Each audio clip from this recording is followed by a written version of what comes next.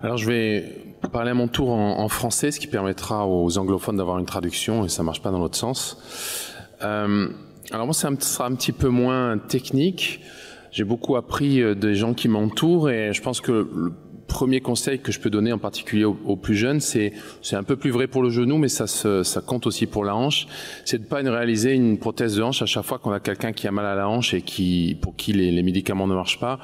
J'aime beaucoup cette phrase de Christophe Chantelot qui est un petit peu brutale, mais qui est assez réaliste. C'est pas parce que les patients ont un problème qu'on a forcément une solution. Donc, il nous faut passer du temps en consultation pour éliminer d'autres causes potentielles de problèmes qui sont une des causes d'insatisfaction après prothèse, évidemment. Et j'utilise de manière industrielle des tests infiltratifs. La deuxième chose, c'est qu'on a le temps, en fait. Une prothèse de hanche, c'est très rarement une urgence, en dehors d'une fracture, et qu'il faut prendre le temps d'éliminer les facteurs de risque qui ont déjà été rapportés, et en particulier certains auxquels on ne pense pas beaucoup. L'anémie, alors nos collègues anesthésistes s'en occupent si on leur laisse le temps, mais la sarcopénie, ceux qui n'ont pas de muscles, et les pires, les obèses qui n'ont pas de muscles. Le tabac, vous savez qu'on a une obligation et d'information et de proposition de traitement. Et puis, il y a aussi le mauvais moment. J'aime beaucoup cet enseignement de Laurent Aubert. On apprend d'abord quoi opérer, puis qui opérer, puis quand opérer.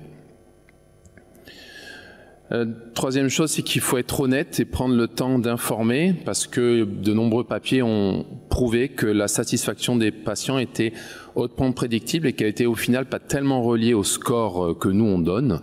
Il y a des gens qui boitent qui sont heureux, il y a des gens qui courent qui sont malheureux et elle est en fait très sincèrement reliée au temps qu'on va passer avec eux en consultation.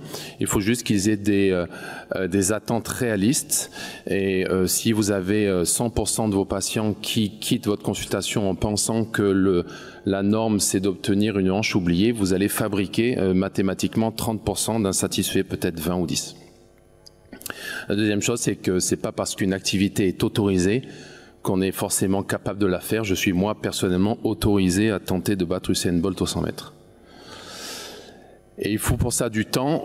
Une consultation, ça suffit pas. Probablement minimum 2, ou à défaut un mail, ou à défaut une téléconsultation. Moi, c'est ce que je fais quand j'ai pas trop le temps. Il faut planifier, bien entendu, en premier lieu, la voie d'abord. La voie d'abord, si ça améliore quelque chose, c'est au mieux les premières semaines ou les premiers mois, alors que la prothèse, c'est fait pour des décennies.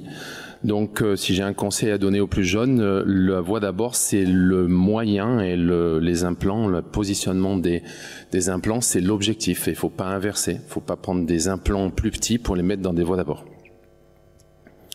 Il faut aussi planifier les composants. Je pense que c'est pas probablement un crime de penser à une double mobilité pour un patient de plus de 65 ans. Moi, c'est ce que je fais en fait pratiquement pour tous maintenant. Et c'est pas non plus un crime de penser à une tige cimentée pour un ou une patiente de plus de 65 ans. En revanche, c'est probablement c'est pas un crime, mais on peut nous reprocher de ne pas avoir, alors que c'était planifiable, une cupule de petit diamètre ou une tige un peu adaptée, dysplasique ou avec un offset augmenté. Il faut aussi parler avec nos anesthésistes parce que toutes les prothèses toutes les arthroplasties ne sont pas identiques en termes de type d'anesthésie, de contrôle de la douleur et on doit pouvoir communiquer entre une prothèse facile ou difficile afin d'éviter des réveils un petit peu prématurés. Il faut utiliser tout ce qu'on peut avoir à portée de main pour limiter la différence de longueur post-opératoire, ce que vous voulez, du planning 2D, 3D, faire très attention à ces coxavaras importantes. Je pense privilégier la position en décubitus dorsal, parce que le contrôle des longueurs est plus simple, et utiliser tout ce que vous avez sous la main comme système de référencement pour limiter le risque d'allongement.